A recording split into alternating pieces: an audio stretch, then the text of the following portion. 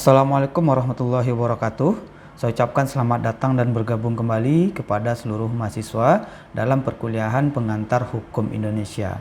Pada kesempatan kali ini kita akan membahas berkaitan dengan politik hukum nasional. Nah, di sini bagaimana politik hukum yang ada di negara Indonesia. Pada kesempatan kali ini, pada tahap awal kita akan membahas berkaitan dengan pengertian ataupun istilah-istilah yang berkaitan dengan politik hukum nasional. Nah, masuk kepada yang pertama, yaitu menurut Mahfud MD, ini politik hukum adalah objek kajian ilmu hukum dan bagian dari HTN. Jadi Mahfud MD memberikan definisi terhadap politik hukum adalah objek kajian ilmu hukum, dan ini lebih termasuk kepada bagian dari hukum tata negara. Nah, pengertian politik hukum yaitu kebijakan dasar penyelenggara negara yang dalam bidang hukum yang akan, sedang, dan telah berlaku, yang bersumber dari nilai-nilai yang berlaku di masyarakat untuk mencapai tujuan negara yang dicita-citakan. Nah, di sini penyelenggara negara yang dimaksud itu adalah lembaga-lembaga negara yang diberi kewenangan menyelenggarakan negara, yaitu yang pertama adalah legislatif, eksekutif, dan yudikatif. Sedangkan tujuan negara itu adalah pembukaan Undang-Undang Dasar 1945. Ini tujuan negara terdapat dalam pembukaan Undang-Undang Dasar 1945. Selanjutnya kita masuk kepada arti penting studi politik hukum. Nah, di sini yang pertama adalah hukum tidak hanya dipahami secara normatif dan dogmatis atau berdasarkan isi ketentuan hukum. Nah, jadi kita di sini juga ada mengenal berkaitan dengan psikologi hukum, berkaitan dengan sosiologi hukum. Nah, ini jadi hukum itu tidak melulu terhadap yang normatif dan dogmatis saja.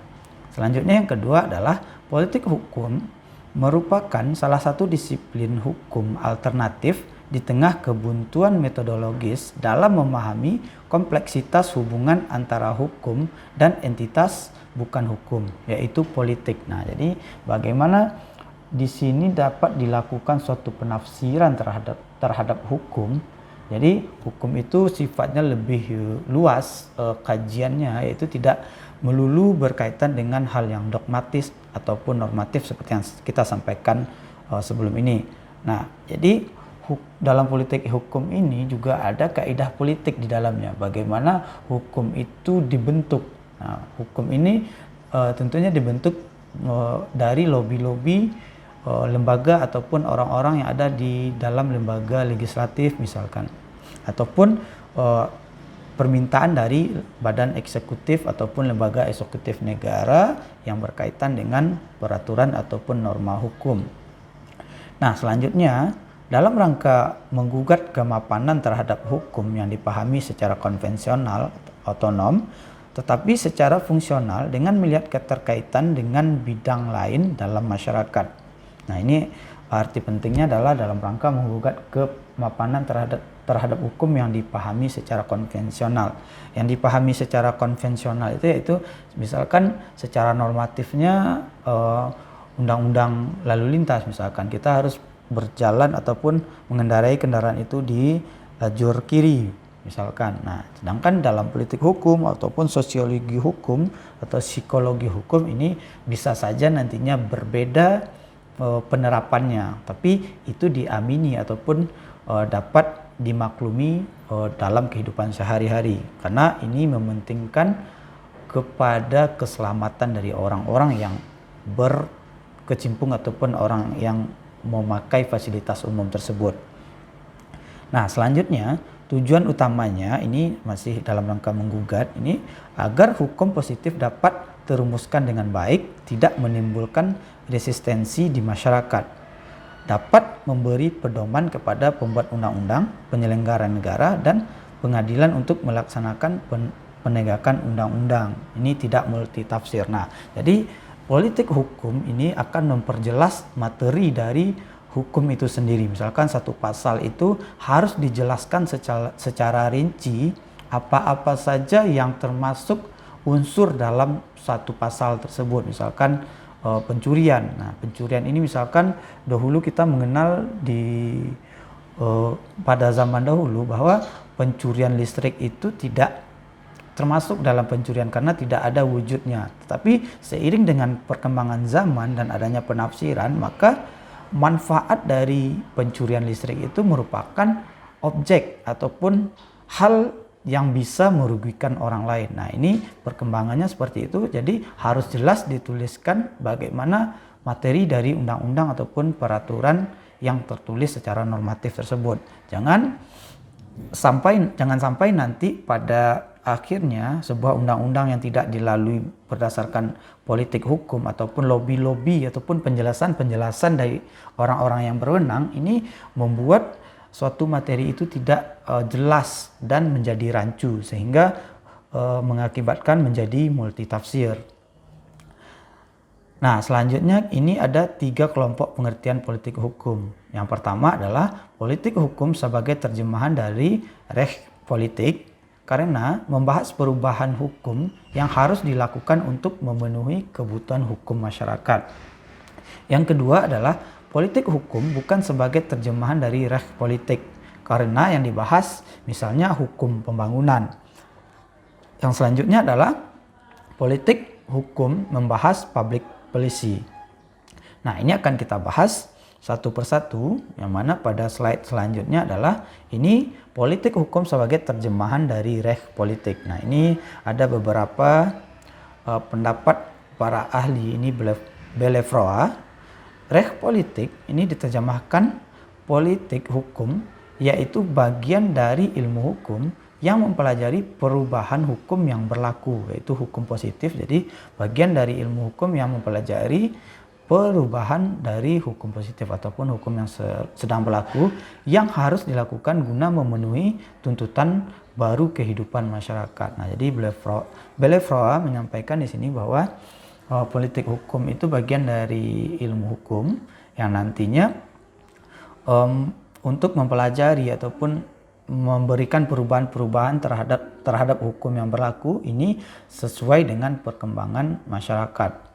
Nah, selanjutnya politik hukum bagian dari ilmu hukum yang dititik beratkan pandangannya pada hukum positif. Nah, menurut Belefroa ini politik hukum ini titik beratnya adalah pandangan hukum positif. Jadi hukum yang akan berlaku ataupun hukum yang belum berlaku yang diharapkan akan berlaku ini masih belum masuk dalam kategori pendapat dari Belefroa ini.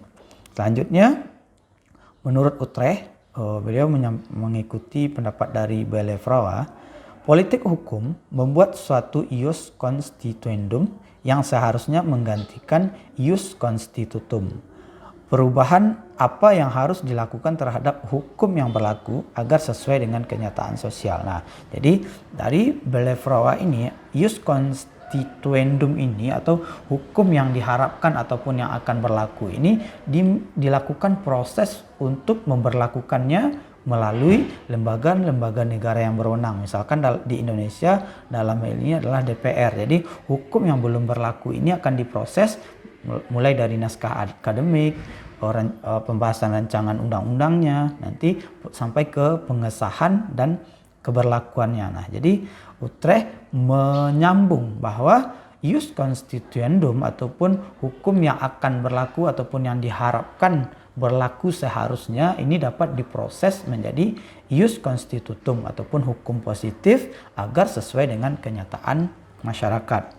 Nah, selanjutnya adalah catatan Lemaier, yaitu politik hukum bagian dari kebijakan legislatif. Nah, ini kebijakan legislatif ini lebih dibahas ke hal yang lebih spesifik, yaitu merupakan kebijakan legislatif sehingga politik hukum bagian dari ilmu politik pada umumnya. Nah, jadi menurut catatan Lemaier ini politik hukum itu merupakan bagian dari ilmu politik, sedangkan Belefroa dan Utrecht menyampaikan bahwa bagian politik hukum ini masuk ke dalam kajian ilmu hukum.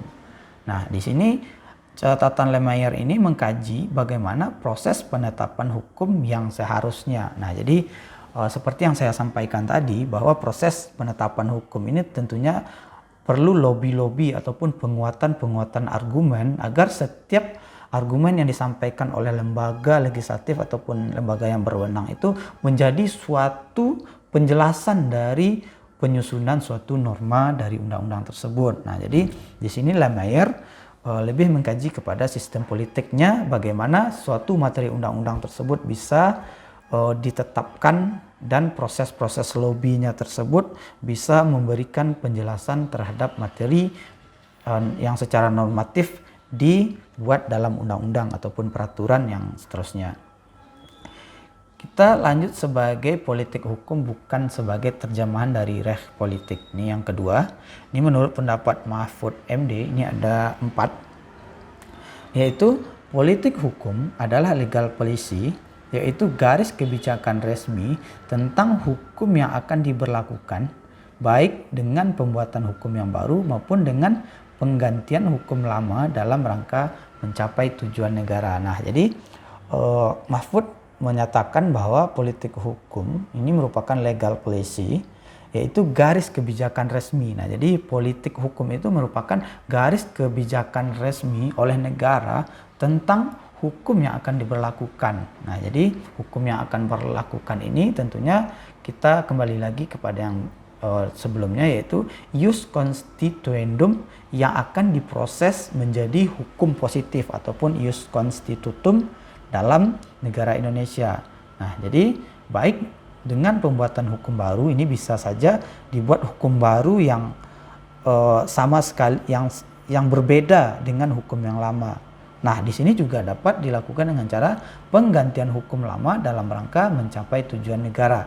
Penggantian hukum lama ini juga dapat dianalogikan kepada penggantian hukumnya pasal demi pasal ataupun penggantian hukum ataupun norma hukum secara keseluruhan. Selanjutnya, fokus kajian Mahfud MD ini merupakan disertasi beliau. Ini mengapa politik hukum mengintervensi hukum? Ini pertanyaan-pertanyaan yang timbul dari disertasi Bapak Profesor Mahfud MD, yaitu yang kedua, bagaimana politik mempengaruhi hukum? Dan yang ketiga adalah sistem politik yang bagaimana melahirkan hukum apa? Nah, selanjutnya hukum adalah Dasein yang ditetapkan oleh politik dengan asumsi dasar hukum adalah produk politik. Nah, jadi Dasein itu ketetapan yang merupakan produk dari politik. Jadi hukum itu secara garis besar merupakan produk dari politik itu sendiri, karena untuk menyusun hukum itu kita perlu proses yang nantinya dapat memberikan masukan-masukan sehingga materi hukum ataupun norma-norma hukum yang akan disusun nanti dapat berlaku secara responsif ataupun sesuai dengan aspirasi ataupun kebutuhan rakyat. Selanjutnya adalah politik hukum mencakup hubungan antara politik dan hukum. Ini menurut Mahfud MD. Jadi politik hukum itu memang bagian dari politik dan hukum. Bagaimana hukum itu dibentuk melalui politik. Nah, selanjutnya kita masuk kepada pandangan dari Mukhtar Kusumaatmadja. Nah, yang pertama itu menekankan politik hukum dalam perspektif hukum pembangunan. Nah, jadi Profesor Mukhtar Kusumaatmadja ini menekankan pada perspektif hukum pembangunan. Kedua, peranan hukum dalam pembangunan untuk menjamin perubahan terjadi secara teratur melalui perundang-undangan dan atau putusan hakim. Nah, jadi peranan hukum dalam pembangunan itu ini menjamin perubahan terjadi secara teratur. Nah, pembangunan ini tidak hanya pembangunan fisik tapi juga pembangunan peraturan perundang-undangan, sehingga dengan adanya pembangunan peraturan ataupun regulasi-regulasi nanti juga beriringan dengan pembangunan yang fisik secara global yang ada di negara Indonesia ini. Nah, selanjutnya hukum merupakan keseluruhan asas-asas dan kaidah-kaidah yang mengatur kehidupan manusia dalam masyarakat, juga mencakup lembaga-lembaga ataupun institusi dan proses yang mewujudkan berlakunya kaidah-kaidah itu dalam masyarakat. Nah, ini merupakan pengertian yang disampaikan oleh Bapak Mukhtar Kusumaatmadja. Kita lanjut kepada yang ketiga, yaitu penetapan bidang hukum yang akan diperbarui tidak dapat didasarkan pada intuitif, tetapi berdasarkan alasan rasional terhadap penentuan alternatif, sehingga harus diketahui dahulu tujuan dari pembaruan hukum. Nah, ini dia. Ini tidak didasarkan pada intuitif saja, yaitu berdasarkan anggapan-anggapan ataupun insting-insting dari pejabat-pejabat yang berwenang, tapi harus didasarkan kepada kajian yang rasional. Kajian yang rasional ini dapat kita lihat pada misalkan bagaimana terhadap kebutuhan masyarakat, apakah norma hukum yang akan dibuat ini sesuai ataupun memenuhi aspirasi dari kebutuhan masyarakat, sehingga di kemudian hari setelah disahkan peraturan perundang-undangan ini ataupun norma hukum tidak mengalami banyak gugatan-gugatan ataupun yang menyengsarakan dari rakyat sebagai subjek dari produk hukum ini. Nah, selanjutnya yang keempat, pembinaan hukum dilakukan dengan memilahkan hukum berdasarkan prioritas antara bidang hukum yang cepat berubah mengikuti perkembangan ekonomi dengan bidang hukum yang bersifat budaya atau spiritual atau kekeluargaan, perkawinan, dan pewarisan. Nah, jadi pembinaan hukum ini juga harus ada klasifikasi ataupun dipilah-pilah bagaimana hukum ini dapat berubah. Misalkan ada hukum yang dapat dipakai ataupun masih bisa berlaku dalam waktu kurun yang masih relatif lama, itu bisa dilakukan perubahannya secara berkala dalam waktu yang lebih lama. Tapi terhadap hukum-hukum yang harus cepat dilakukan perubahan ini, kita sebagai misalkan di lembaga legislatif ini juga harus jeli dalam menanggapi hal ini. Misalkan adanya perkembangan teknologi ini berkaitan dengan undang-undang ITE misalkan, ataupun undang-undang jual beli perbankan ataupun yang lainnya, ini harus cepat disesuaikan, karena jika tidak disesuaikan maka hukum ataupun produk yang dikeluarkan oleh negara berkaitan dengan hukum ini akan menjadi tertinggal ataupun basi, sehingga terdapat kekosongan hukum dan akan terjadi pelanggaran-pelanggaran hukum terhadap kepentingan-kepentingan umum, misalkan ekonomi, perdagangan, perbankan, dan lain sebagainya. Nah, selanjutnya yang ketiga ini yang kita bahas tadi, itu politik hukum membahas public policy. Ini menurut Dyer dan Ziegler, ini politik hukum terkait pilihan perbuatan yang dilakukan atau tidak dilakukan oleh pemerintah. Ini berarti menurut Dyer dan Ziegler ini politik hukum terkait pilihan perbuatan. Jadi pemerintah dapat memilih apa yang dilakukan, perbuatan apa yang dilakukan atau tidak dilakukan oleh pemerintah itu sendiri. Jadi apa-apa saja hal yang ingin dilakukan oleh pemerintah, pemerintah bisa membuat aturan ataupun melaksanakannya, karena ini berkaitan dengan kekuasaan negara untuk menentukan arah kebijakan resmi negaranya. Jadi ini berkaitan dengan politik juga, bagaimana janji-janji yang disampaikan dalam kampanye misalkan, ataupun program-program pemerintah yang disusun setelah terjadinya pemilihan pemimpin ataupun presiden di suatu negara ataupun di negara Indonesia. Selanjutnya, pengertiannya ini dikaitkan pada pengertian politik dan pengertian hukum. Nah, jadi apa saja yang bisa dilakukan, perbuatan apa saja yang dilakukan oleh pemerintah ini tentunya dibuatkan regulasi, sedangkan apa-apa yang tidak dilakukan itu ya tidak dibuatkan regulasinya sampai nantinya ada kebutuhan yang memaksa untuk terhadap hal-hal yang belum dilakukan oleh pemerintah. Selanjutnya, pengertian politik diartikan sebagai kekuasaan untuk memilih ataupun act of choice, ini menurut Dyer dan Ziegler. Jadi apa yang dipilih oleh pemerintah, misalkan pada suatu negara, kita contohkan apakah negara misalkan Indonesia saja, kita misalkan negara Indonesia ini ada dua pilihan berkaitan dengan pemilihan presiden. Misalkan ada pemilihan secara musyawarah di MPR ataupun pemilihan umum secara langsung oleh rakyat. Nah, ini pemerintah bisa melaksanakan salah satunya berkaitan dengan politik hukum yang akan disampaikan. Misalkan jika sepakat negara ataupun pemerintah melakukan pemilihan presiden secara musyawarah mufakat melalui MPR, maka ya itulah pilihan dari pemerintah tersebut. Artinya pemilu tidak menjadi prioritas dan tidak dilakukan oleh pemerintah. Selanjutnya menurut Hans Kelsen, ini ada dua. Politik ini sebagai etik, yaitu memilih dan menentukan tujuan kehidupan bermasyarakat yang harus diperjuangkan. Nah, yang kedua adalah politik sebagai teknik, cara atau sarana untuk mencapai tujuan masyarakat yang dipilih dan ditentukan oleh politik sebagai etik. Adapun tujuan dan sarana yang dipilih ini masih tetap pada tahap apa yang dipilih oleh pemerintah dalam menentukan ataupun dalam membuat hukumnya.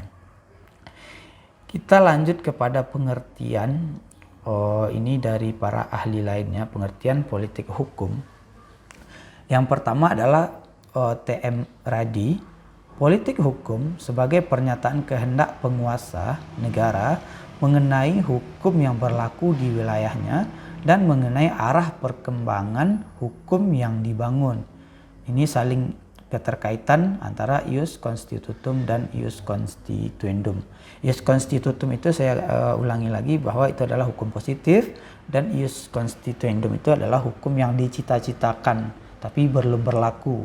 Ini bisa diproses untuk menjadi ius constitutum ataupun hukum positif yang berlaku dari suatu negara. Selanjutnya pendapat Patmo Wahyono, yaitu kebijakan dasar yang menentukan arah, bentuk, dan isi hukum yang akan dibentuk kebijakan penyelenggara negara untuk menentukan apa yang menjadi pijakan ataupun kriteria untuk menghukumkan sesuatu yang mencakup pembentukan, penerapan, dan penegakan.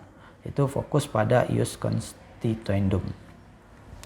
Selanjutnya Secipto Raharjo menyampaikan bahwa politik hukum adalah aktivitas untuk menentukan suatu pilihan yang mengenai tujuan dan cara-cara yang hendak dipakai untuk mencapai tujuan hukum dalam masyarakat, kapan waktunya, dan melalui cara bagaimana hukum itu dapat diubah. Nah, ini pengertian politik hukum menurut Secipto Raharjo. Selanjutnya Van Apeldoorn, yaitu politik hukum sebagai politik perundang-undangan. Politik hukum berarti menetapkan tujuan dan isi peraturan perundang-undangan. Itu pengertian politik hukum ini terbatas hanya pada hukum tertulis saja. Jadi Van Apeldoorn menyatakan bahwa politik hukum itu hanya sebatas pada pengertian politik hukum yang sifatnya hanya tertulis. Ini sesuai sama juga dengan pendapat Belefroa tadi. Selanjutnya Purnadi, Purbacaraka, dan Sarjona Sukanto ini menyatakan bahwa politik hukum sebagai kegiatan-kegiatan memilih nilai-nilai dan menerapkan nilai-nilai. Nah, jadi ini lebih sederhana yang disampaikan oleh Purnadi dan Sarjona Sukanto bahwa sebagai kegiatan-kegiatan memilih nilai-nilai apa yang dipilih oleh negara dan nilai-nilai tersebut bagaimana cara menerapkannya. Nah, selanjutnya kita masuk kepada Sunaryati Hartono. Nah, ini tidak pernah mendefinisikan politik hukum. Jadi politik hukum itu sebagai alat, ini hanya pernyataan tapi tidak mendefinisikan dari yang disampaikan oleh Sunaryati Hartono ini. Tapi dari pernyataan beliau tersebut kita juga dapat mengambil kesimpulan bahwa politik hukum menurut beliau itu apa. Jadi politik hukum sebagai alat atau sarana yang digunakan pemerintah untuk mencapai sistem hukum nasional yang dikehendaki, dan dengan sistem tersebut akan diwujudkan cita-cita bangsa Indonesia. Ini fokusnya pada ius constituendum, yaitu hukum yang dicita-citakan oleh bangsa.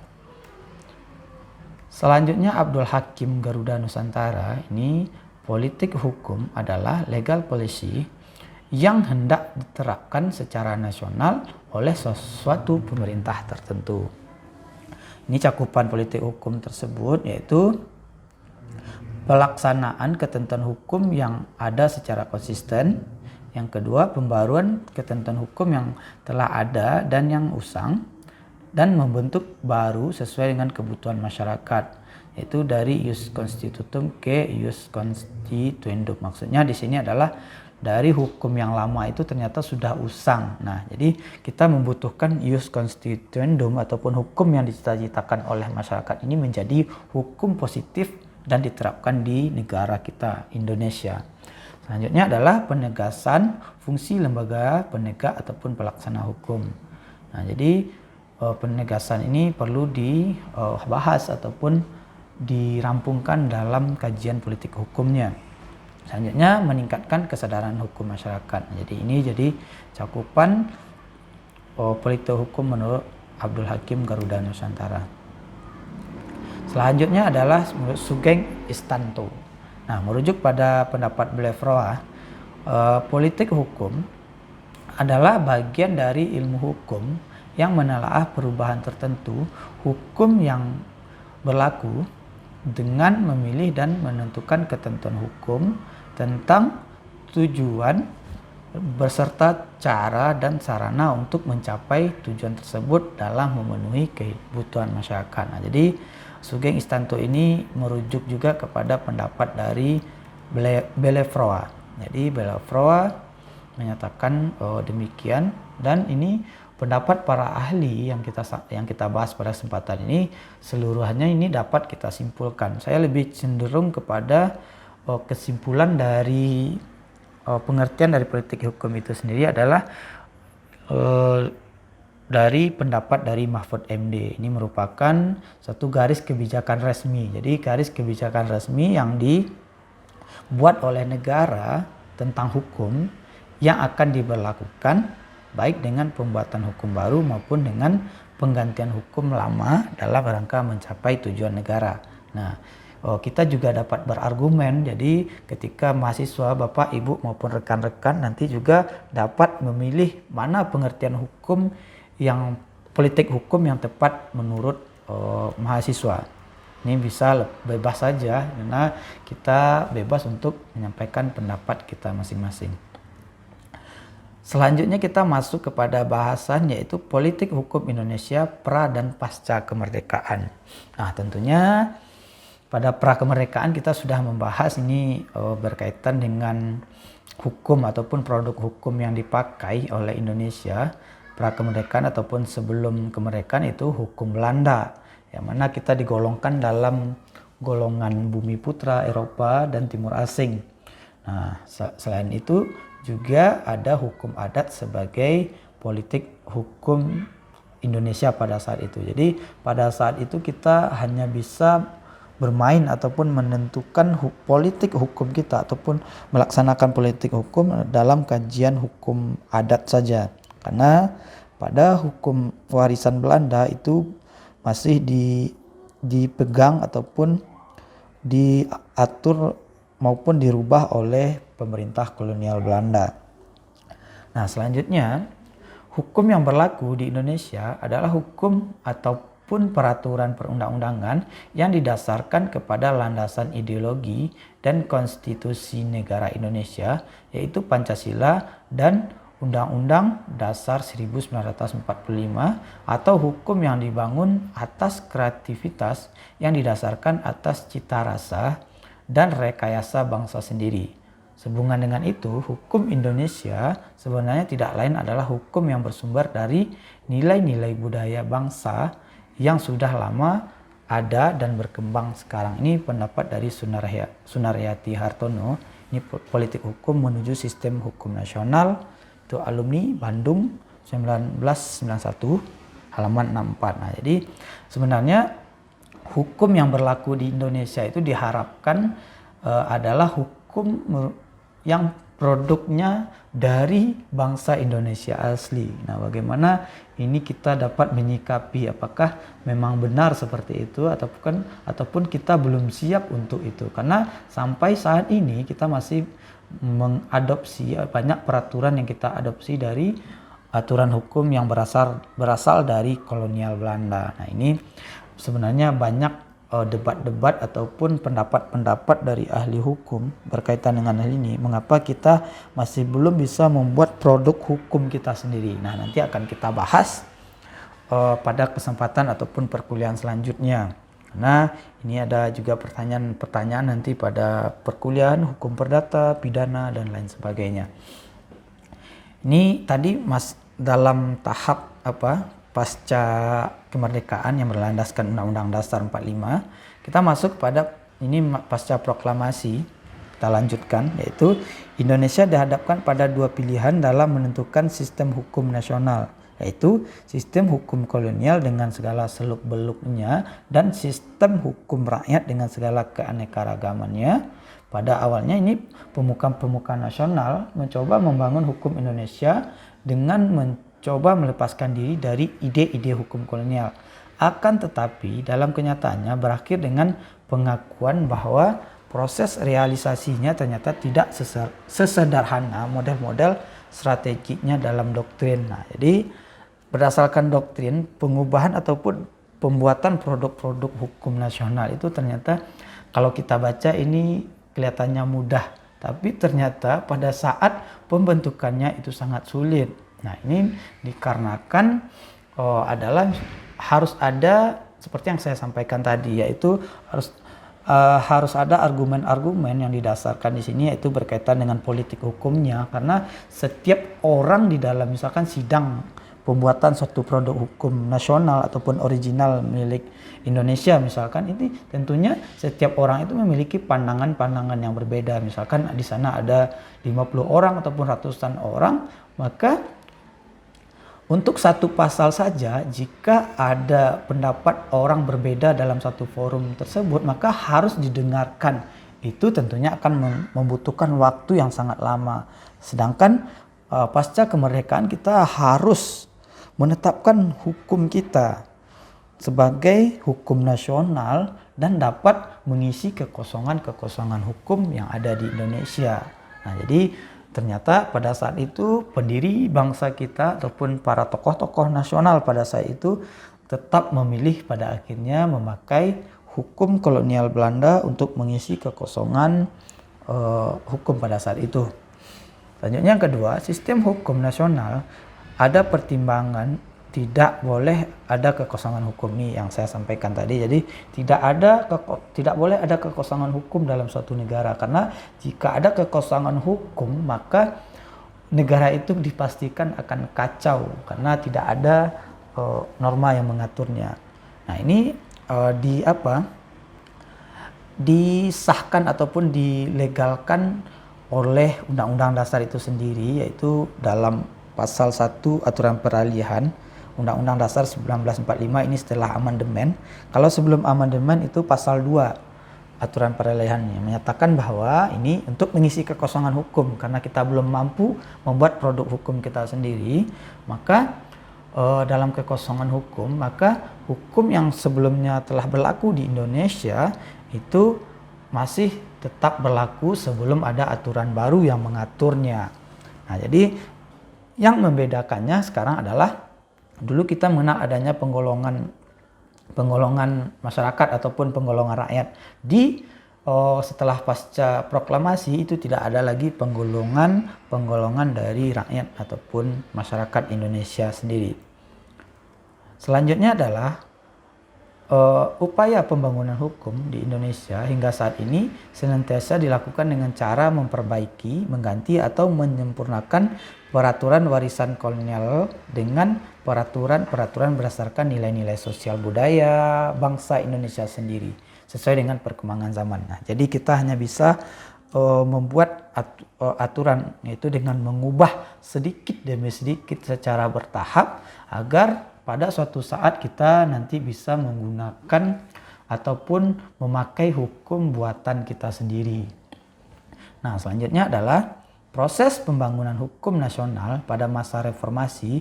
Ini terjadi perubahan pada berbagai undang-undang seperti undang-undang tentang partai politik, pemilu, dan susunan dan kedudukan MPR, DPR, dan DPRD, dan lain-lainnya. Selain itu, perubahan juga terjadi peraturan perundang-undangan yang lebih tinggi, yaitu penghapusan ketetapan Majelis Permusyawaratan Rakyat ataupun tetap MPR dan perubahan Undang-Undang Dasar 1945. Nah, jadi ini setelah reformasi ini terjadi perbaikan-perbaikan ataupun penambahan-penambahan tentang undang-undang. Artinya di sini politik hukum Indonesia di sini berjalan secara efisien dan dapat dilaksanakan secara demokrasi juga dengan bukti bahwa di sini ada perubahan undang-undang dasar, sehingga perubahan undang-undang dasar ini menyempurnakan undang-undang dasar yang sudah dibuat ataupun disahkan pada tahun 1945 pada masanya.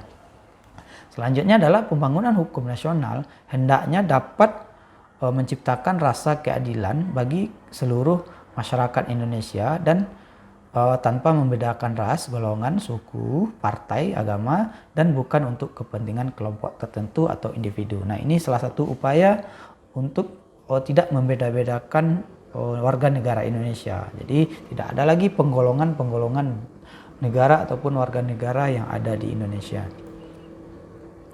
Selanjutnya kita masuk kepada pemegang otoritas politik hukum di Indonesia. Nah, ini yang kita bahas di awal tadi, yaitu yang pertama adalah lembaga legislatif, itu DPR, itu membuat ataupun mengesahkan bersama presiden.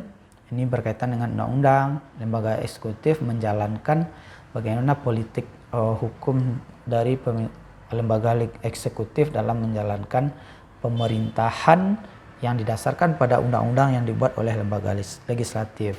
Yang ketiga adalah lembaga yudikatif. Nah, ini lembaga yudikatif di sini juga memiliki politik hukum, bagaimana penegakan hukum, bagaimana strategi ataupun arah kebijakan yang dilakukan oleh lembaga yudikatif ini dalam menegakkan hukum yang ada di negara Indonesia berdasarkan undang-undang yang dibuat oleh legislatif dan yang dijalankan oleh eksekutif.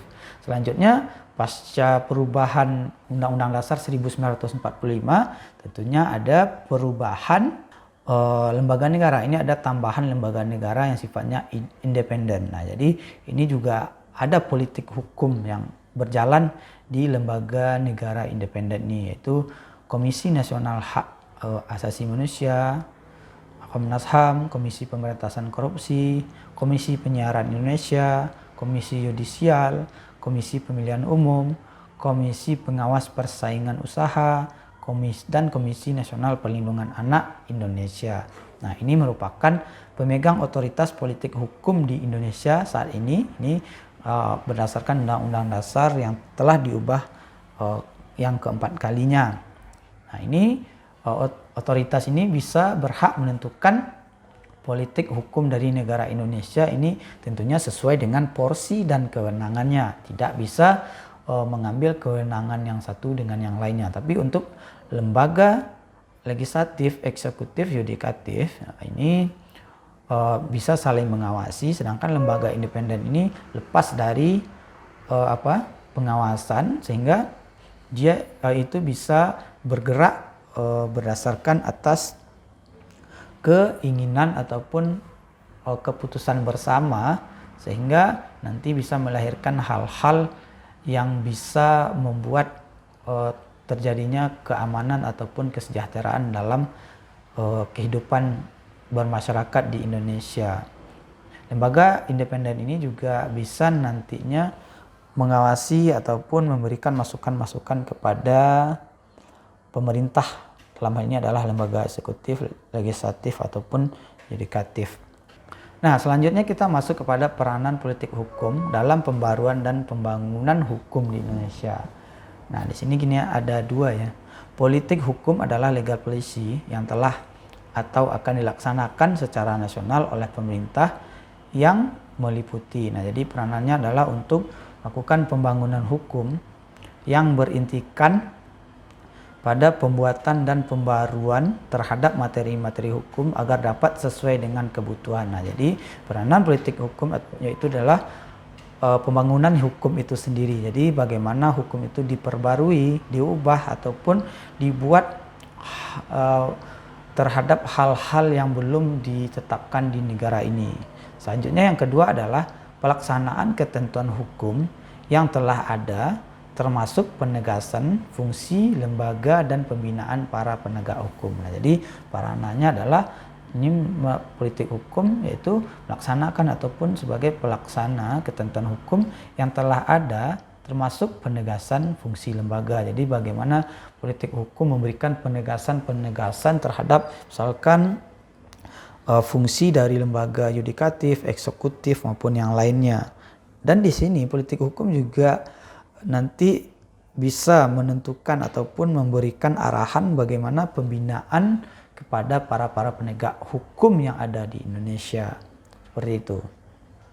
Baiklah, demikianlah perkuliahan kita pada kesempatan kali ini. Semoga kita dapat mengambil intisari dari perkuliahan pengantar hukum Indonesia berkaitan dengan politik hukum, dan semoga kita mendapatkan keberkahan ilmu dari perkuliahan ini. Terima kasih banyak. Mohon maaf jika ada kesalahan. Saya akhiri. Assalamualaikum warahmatullahi wabarakatuh.